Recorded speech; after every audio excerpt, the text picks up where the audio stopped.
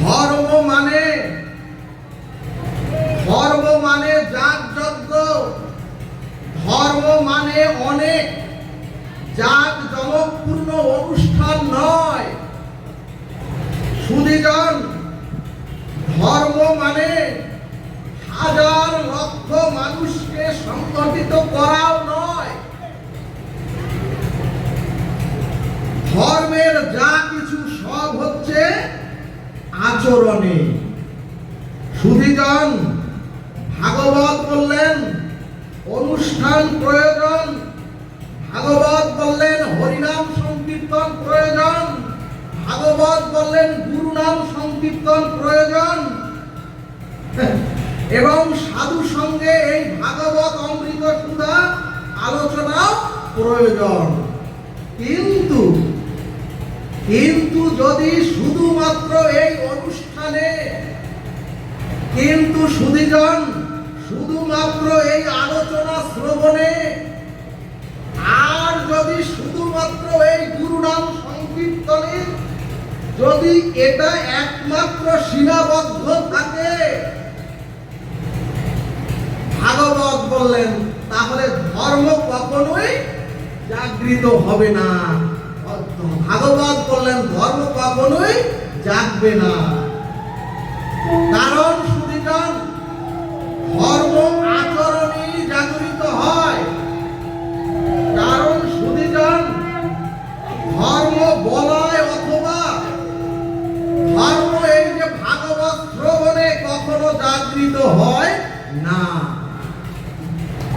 এই কারণেই শ্রীমদ্ ভাগবত বললেন ভক্তি মুক্তি স্পৃহা যাবৎ পিশাচী রীতি বর্ততে।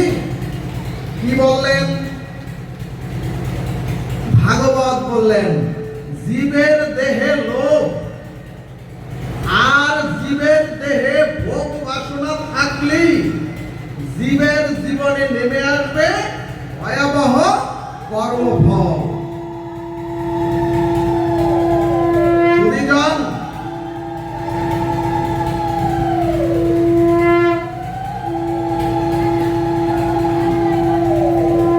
সুধীজন, আপনারা যে তুলসী আরতি করলেন, যে তুলসীকে দেখছেন, এই তুলসী সীতা হয়ে এসে কর্মফল জগৎকে দেখালেন। কি দেখালেন?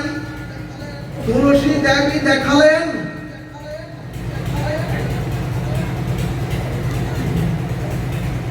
রিপিট হচ্ছে কেন বাবা? ইকোটা কমিয়ে দাও।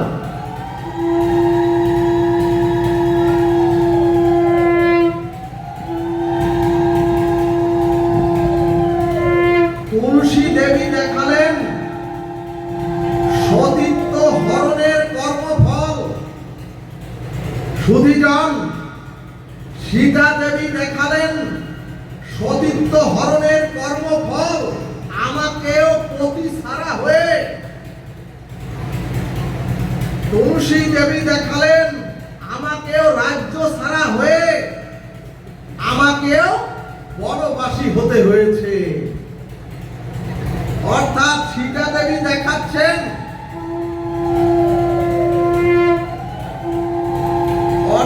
সুধীজন, সীতা দেবী দেখাচ্ছেন কর্ম ফলে আমাকেও ছাড়েনি। ও দেবী, তাহলে তোমাদের ছাড়বে কেন? এছাড়াও শাস্ত্রের কি মর্মান্তিক কথা! ভগবানকেও কি কর্মফল ভোগ করতে হয়?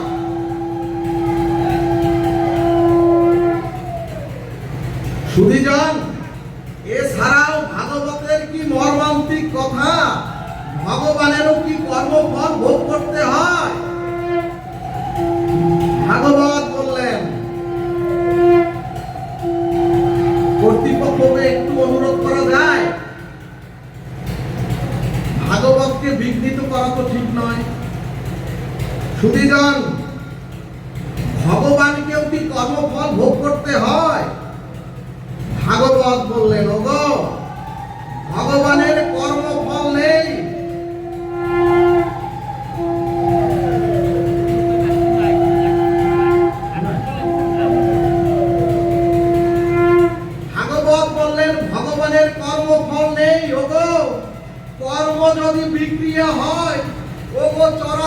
মনুষ্য প্রাপ্ত হয়ে এসে যদি তার জীবনে অশাস্ত্রীয় কর্ম হয়, তাহলে কারণ এ চরাচরে ক্ষমা নাই। সুধীজন, ভগবান শ্রী রামচন্দ্র যুদ্ধ করে এসে লবকুশ অর্থাৎ সন্তানদেরকে, সন্তানরা লবকুশ বনেই রইল, তাদের মুখখানাও ভগবান রামচন্দ্র দেখলেন না। আবার যখন লবকুশ সঙ্গে যখন তার মিলন হলো, তখনই ভগবান রামচন্দ্রের অপ্রকট হওয়ার সময় হয়ে এল।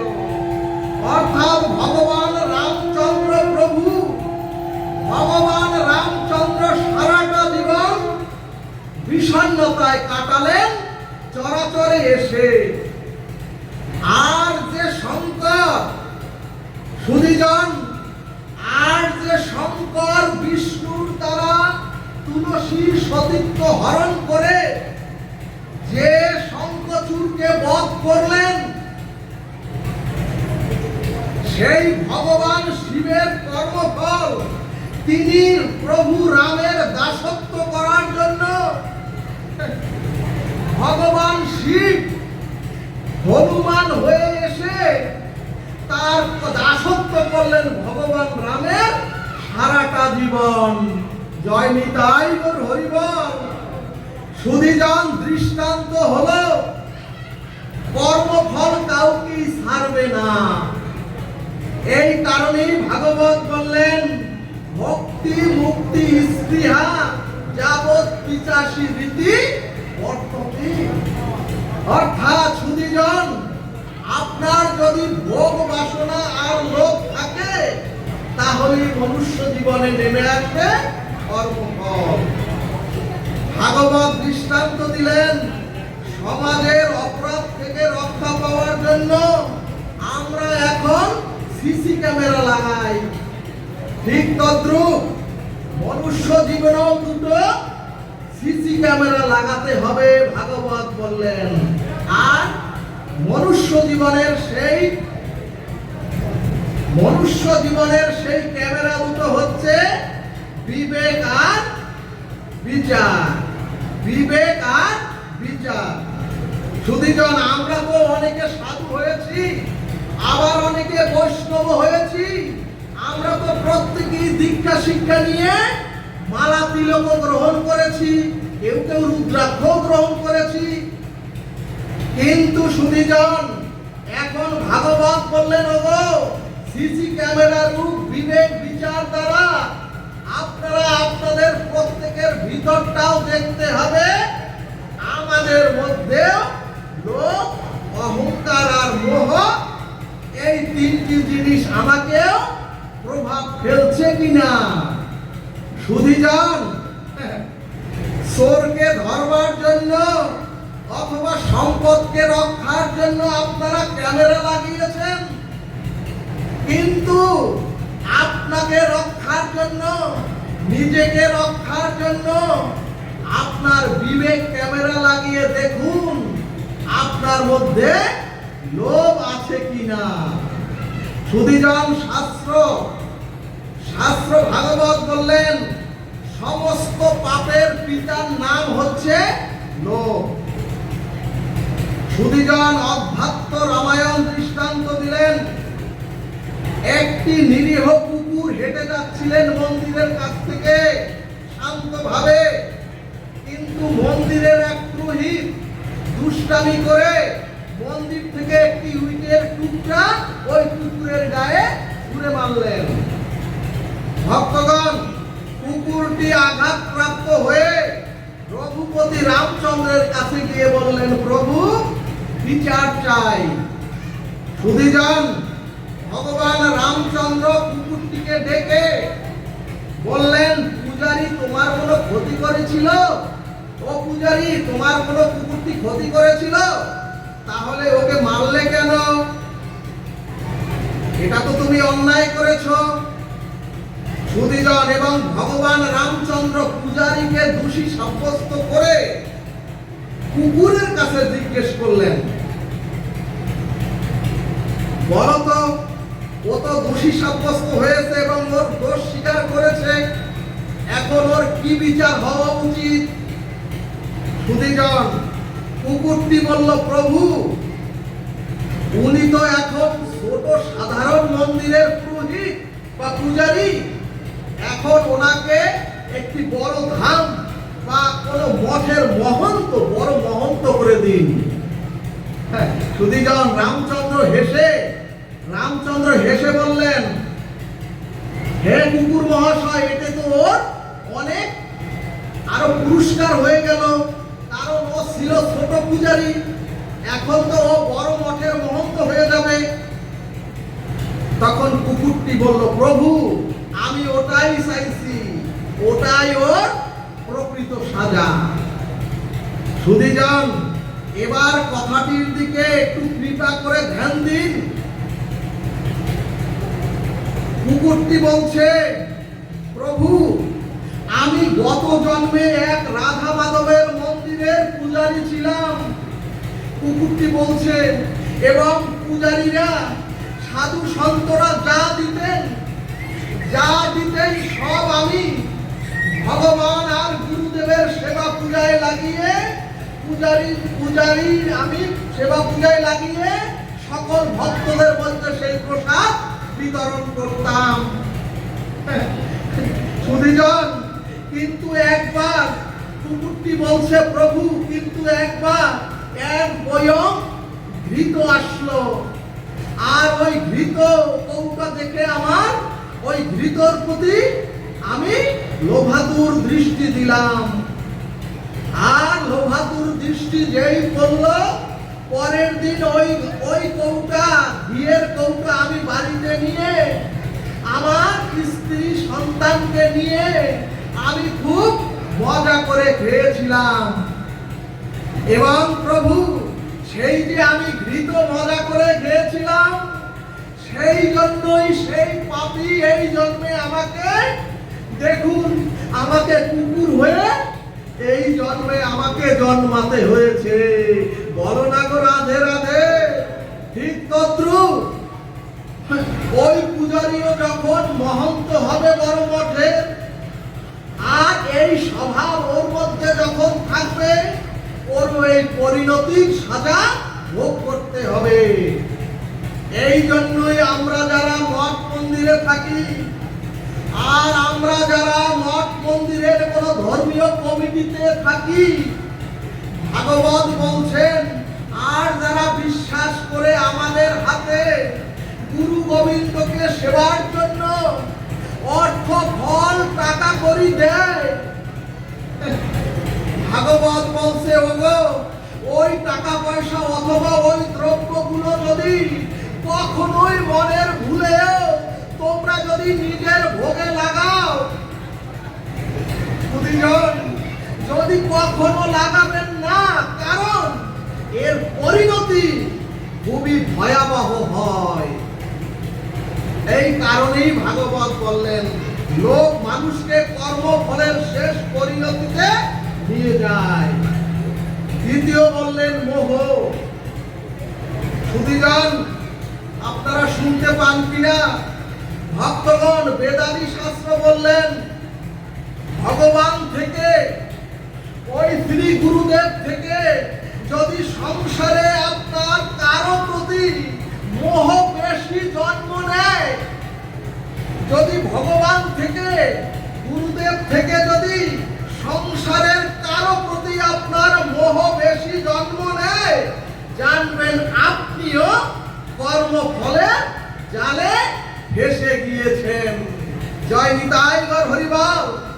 এই কারণেই জীবকে মোহ থেকে বাঁচবার জন্য ভাগবত শাস্ত্র জীবকে দুটি জিনিস থেকে সতর্ক হতে বলেছেন।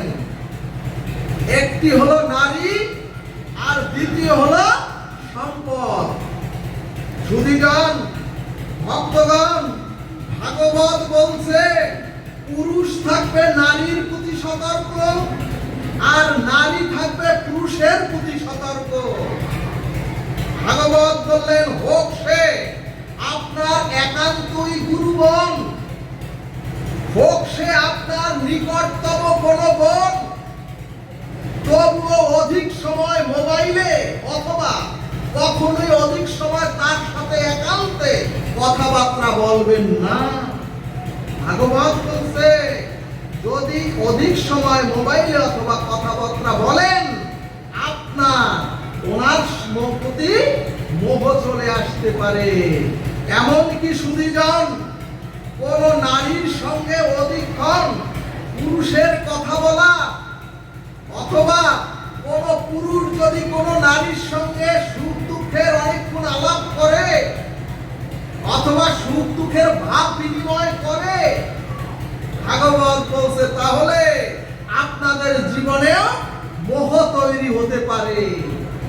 এই কারণেই ভাগবত বললেন, ওগো যদি কারো হৃদয়ে মাতৃজ্ঞান না আসে, চরাচরে মনুষ্যপ্রাপ্ত হয়ে যদি কারো হৃদয় গ্রন্থিতে নারীদের প্রতি মাতৃত্ব ভাব না আসে, তাহলে কোন নারীর দ্বারা পুরুষ, সে হোক যত বড় সাধু সন্ন্যাসী, তার চরণ ধৌত করতেও যাবেন না। আমি বলছি না, ভাগবত বলছে। আরেকটি অনুরোধ করব, ভাগবতের টিকায় বলছে কোন তান্ত্রিক কবিরাজের কাছে কখনোই মায়েরা একা যাবেন না, অবশ্যই দুই একজন সাথে নিয়ে যাবেন। এরপরে আরেকটি হলো অহংকার। সুধীজন, পৃথিবীতে মানুষের অধঃপতনের একটাই কারণ, সেটা হলো অহংকার। মহাভারত দৃষ্টান্তে বললেন, ওগো সামনে জল বুঝতে না পেরে দুর্যোধন পড়ে গেলেন ওই জলের মধ্যে। অর্থাৎ সুধীজন, ইন্দ্রপ্রস্থটা বিশ্বকর্মা এমন ভাবে তৈরি করেছিলেন, সামনে সমান দেখা যাচ্ছে কিন্তু আসলে সামনে জল। আর যখনই দুর্যোধন জলের মধ্যে ডুবে পড়ে গেলেন, তখনই দ্রৌপদী অট্ট হাসি হেসে, যখনই ইন্দ্রপ্রস্থের মধ্যে জলে পড়ে গেলেন, তখনই দ্রৌপদী অট্ট হাসি দিয়ে অহংকারে বলে উঠলেন, অন্ধের পুত্র তো অন্ধ হবেই। সুধীগণ, ভক্তবৃন্দ, এখানে শাস্ত্রজ্ঞ মহাজনগণ আছেন। এই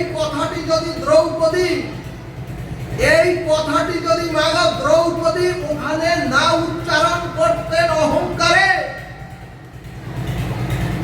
তাহলে দ্রুত ক্রিয়া অর্থাৎ পাশা খেলাও হতো না, আর দ্রৌপদীর বস্ত্র হরণ হতো না, আর সুধীগণ যে কুরুক্ষেত্র, সেই কুরুক্ষেত্র হতো না, কুরুক্ষেত্রের যুদ্ধ বাঁচত না।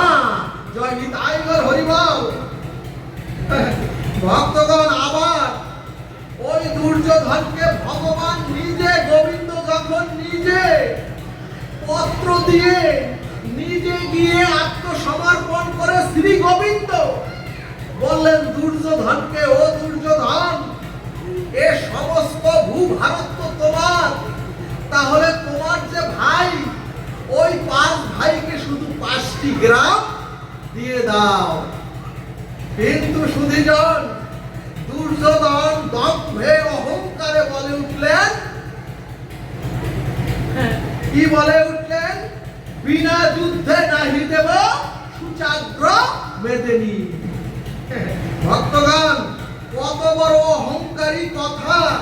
এই জন্যই কুরুক্ষেত্রের সৃষ্টি হলো। এবং আজও যে গৃহে, আজও যে সংসারে, আজও যে সমাজে যেখানেই দ্বন্দ্ব সংঘাত, জানবেন সেখানেও কারো না কারো অহংকারের ফল। রাধে রাধে। এখন প্রশ্ন, জগজ্জীব কর্মফলের অভিশাপ এবং কিভাবে আমরা এই লোভ মোহ অহংকার থেকে নিস্তার পেয়ে উদ্ধার হব। ভাগবত বললেন, ওগো অর্থের দ্বারা বাড়ি গাড়ি, অর্থের দ্বারাই তো জীবন পরিচালিত হয়, কিন্তু মাগো সেই অর্থ যদি নকল হয়, কিন্তু মাগো সেই টাকা যদি জাল বা নকল হয়, আর সেই টাকা নিয়ে যদি বাজার করতে যান, ওই বাজারের দোকানি ধরে পুলিশে দিয়ে দেবে, অর্থাৎ জেল খাটতে হবে। এই কারণেই মহাজন বললেন, ওগো ভাবের বাজারে, ওগো ওই ভবের বাজারে, ভবের বাজারে আসল ধন তোমরা নিয়ে যাও। ওই ভবের বাজারে যদি আসল ধন একটু নিয়ে যাও, তাহলে ওই পরপারেও তোমাদের প্রয়োজন, সকল প্রয়োজন মিলবে। জয় নিতাই গৌর হরি বল। সুধীজন, ভগবান বললেন শ্রীমদ্ ভগবত গীতায়, ঈশ্বর সর্বভূতানাং হৃদ্দেশু অর্জুন তিষ্ঠতি ভ্রমণি সর্বভূতানি যন্ত্র রূঢ়ানি মায়ায়া। কি বললেন? ভগবান বললেন সর্বভূতে ভগবানের স্থিতি এবং সর্বস্থানে ভগবানের ব্যক্তি, কিন্তু বিশেষ করে ভগবান বললেন হৃদ্দেশু অর্জুন তিষ্ঠতি। ভগবান বললেন আমি প্রত্যেক জীবের হৃদয়ে আমি অবস্থান করি। ও মাগো, এই কারণেই যদি অকারণেও, এই কারণেই ভাগবত বললেন, ওগো অকারণেও কারো কখনোই মনে আঘাত দিতে নেই। সুধীজন, জীবের হৃদয়ে আঘাত দিলে সেই আঘাত স্বয়ং গোবিন্দ প্রাপ্ত হন। এখানে ভাগবত বললেন, ওরে এই মনুষ্য নির্মিত ইট কাঠ পাথর দিয়ে মন্দির যদি টাকাইয়া টাকাইয়া আপনারা ভাঙেন, আবার অর্থ দ্বারা ওই মন্দির তৈরি করা যাবে। কিন্তু সুধীজন, যদি একবার কারো হৃদয় মন ভেঙে দেন, ওই মন আর সহজে গড়া যায় না। সুধীজন, এরপরে গীতা শাস্ত্র বললেন যন্ত্র রূঢ়ানি মায়ায়া। সুধীজন, গীতা শাস্ত্র বললেন সমস্ত প্রাণীর দেহে অবস্থিত থেকে ভগবান বলছেন আমি নিজ মায়া দ্বারা শরীর রূপ যন্ত্রে আরূঢ় হয়ে সমস্ত জীবকে তাদের স্বভাব অনুসারে আমি ভগবান সকল জীবকে পরিভ্রমণ করাই। জয় নিতাই গৌর হরি বল। এখানে ভাগবত বললেন মাগো কুহক, অর্থাৎ একটি পুতলকে যেভাবে কুহক অলক্ষে তিনটি সুতোর দ্বারা যেভাবে খুশি সেভাবে নাচায়, ভগবান বললেন ঠিক তেমনি আমি মায়া রূপ যন্ত্রে প্রতিটি জীবকে চরাচরে পরিভ্রমণ করাই। অর্থাৎ সুধীজন, সমস্ত জীব যা করছে তার পিছনে ভগবান যন্ত্র রূপে সমস্ত জীবকে পরিভ্রমণ করাচ্ছেন। রাধে রাধে ভক্তগণ, প্রায় প্রতিটি মানুষ একটি প্রচলিত কথা আমরা বলি, ঈশ্বরের ইচ্ছা ব্যতীত কোনো কিছু সংগঠিত হয় না। আবার বলতে বলতে আমরা এও বলি ঈশ্বরের গুরুদেবের ইচ্ছা ছাড়া একটি পাতাও পড়ে না। কিন্তু সুধীজন, বাবা কথা বলো না, হেঁটো না। সুধীজন, এই কথার অর্থ হলো যদি আমি বলি একটি পাতাও ঈশ্বরের ইচ্ছা ছাড়া পড়ে না, আর ঈশ্বরের কথা ছাড়া বা ঈশ্বরের ইচ্ছা ছাড়া কোনো কিছু হয় না। শুধিজন, এই কথার অর্থ হলো যন্ত্রের মতো ঈশ্বর মায়ার দ্বারা আমাদের যেমন নাচাচ্ছেন আমরা সেভাবেই নাচছি। অর্থাৎ যা কিছু হচ্ছে সবই ঈশ্বর করাচ্ছেন। কিন্তু শুধিজন, বেদাদি শাস্ত্র স্পষ্ট অক্ষরে বললেন এই যে কথাটি আমরা ভাবছি, আমরা যে কথাটি বলছি, এই কথাটি আদৌ সঠিক নয়। অর্থাৎ যা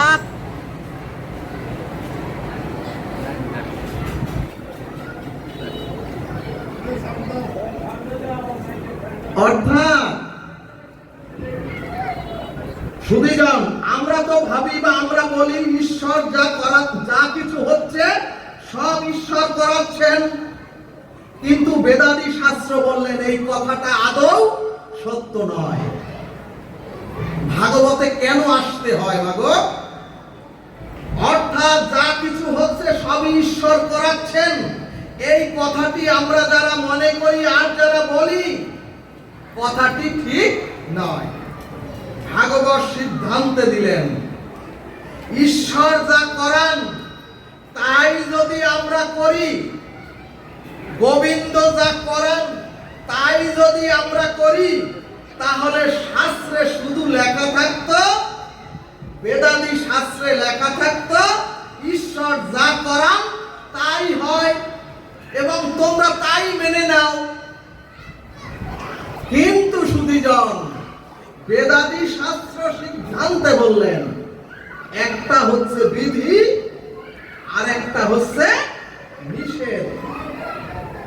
অর্থাৎ বেদাদি শ্রুতি স্মৃতি শাস্ত্র সিদ্ধান্ত দিয়ে বললেন একটা বিধি আর একটা নিষেধ।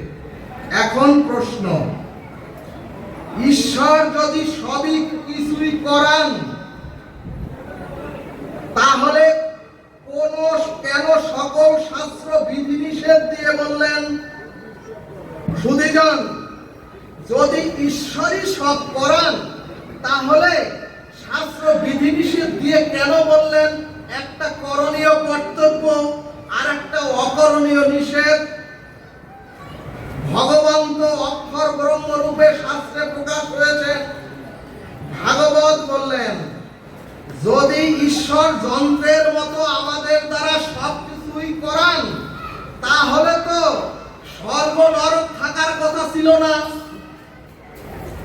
শুধিজন, ভালোভাবে বুঝবেন, কারণ ঈশ্বর যা করান তা তো কখনোই পাপ কর্ম হতে পারে না এবং ঈশ্বর তো অমঙ্গল অশাস্ত্রীয়, কখনোই মন্দ কাজ ঈশ্বর করাতে পারেন না।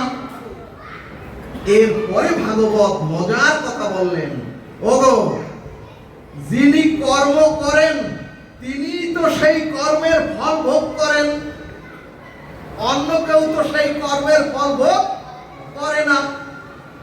অর্থাৎ শুধিজন, আপনি ক্ষুধা নিবৃত্তির জন্য যদি আহার করেন তাহলে তো আমার ক্ষুধা যাবে না।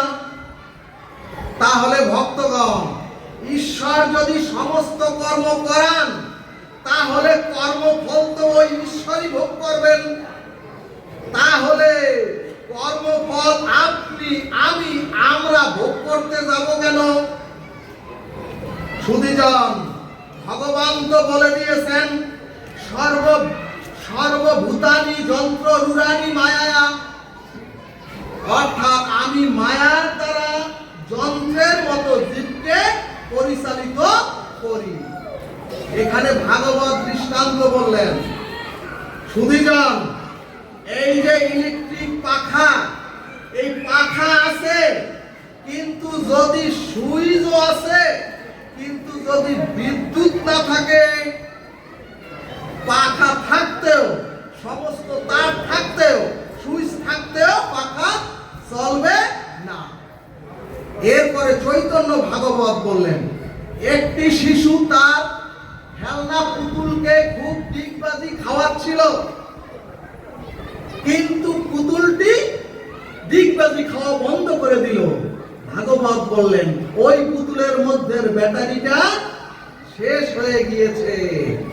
এরপরে বিষ্ণু পুরাণ সিদ্ধান্তে বললেন আমার আপনার হস্ত পদ চক্ষু নাসিকা তো ক্রিয়াশীল, কারণ ঈশ্বর আমার হৃদয়ে আছেন বলেই তো সেই শক্তিতেই তো আমরা কথা বলছি, আমরা হাঁটছি, চলছি, খাচ্ছি, সর্বকর্ম করছি। তার মানে ঈশ্বর আমার হৃদয়ে আছেন বলেই সেই শক্তিতেই আমরা চলছি। এখন এর মীমাংসা কোথায়?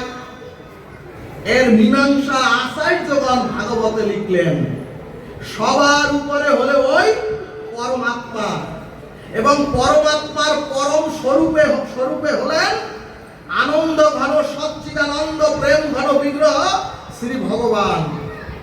আর সবার উপরে ওই পরমাত্মার শিবগণ অংশ আমাদের আত্মা, আমাদের আত্মা।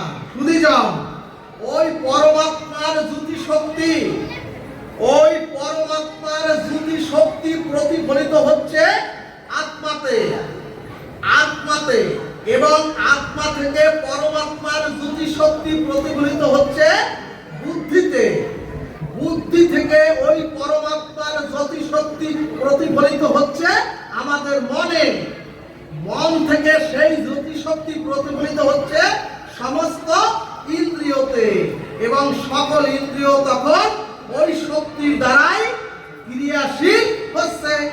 শুধিজন, পরমাত্মা সবার উপরে, আর পরমাত্মার শক্তি মায়া সীতা দেবী মাঝখানে, আমরা জীব হচ্ছি, জীবাত্মা তারপরে। শুধিজন, বেদাদি শাস্ত্র সিদ্ধান্ত দিলেন পরমাত্মা ভগবান রামচন্দ্র প্রথমে চলেছেন বনবাসে, সীতা দেবী মাঝখানে, পরমাত্মার শক্তি মায়া, সীতা দেবী হচ্ছেন মাঝখানে, আর শেষে হচ্ছে জীব। শুধিজন, সর্ববেদান্ত সার বললেন যখন সদ্গুরুর চরণাশ্রয় করে জীব যখন ভগবত সাধন ভজন করেন, আর যখন শুদ্ধ সাধন ভজন করিতে করিতে জীবের মধ্যে ওই মায়া সরে দাঁড়ায়, তখন পরমাত্মার সাক্ষাৎ শক্তিটা, জ্যোতিটা আমাদের এই পরমাত্মা মাঝখানে যে আমাদের হৃদয়ে যখন পড়ে, তখন আমাদের মধ্যে মায়াটা সরে দাঁড়ায়। আর যখনই মায়া মুক্ত হয় জীব, তখনই সেই জীবাত্মাই হয় এক একজন মহাত্মা। সেই মহাত্মার প্রতিটি কাজ হয় তখন ভগবানের কাজে রূপ নেয়। ভাগবত বললেন একজন মহাত্মাই বলতে পারেন যা কিছু করাচ্ছেন সবই ঈশ্বর করাচ্ছেন, আমি আপনি বলতে পারবো না।